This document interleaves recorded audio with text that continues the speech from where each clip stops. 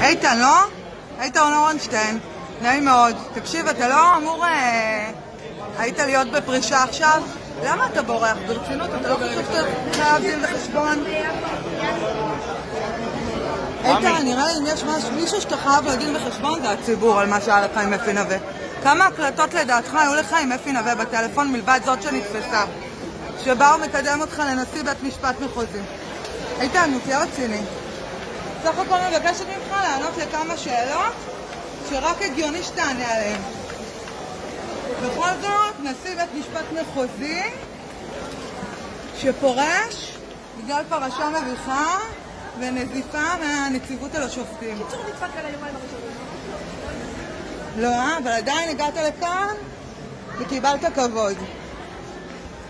אני רוצה לשאול אותך האם דיברת עוד דברים על ענבל אור, התיק של הפירוק שהיה אצלך, מלבד מה שנחשף עד היום.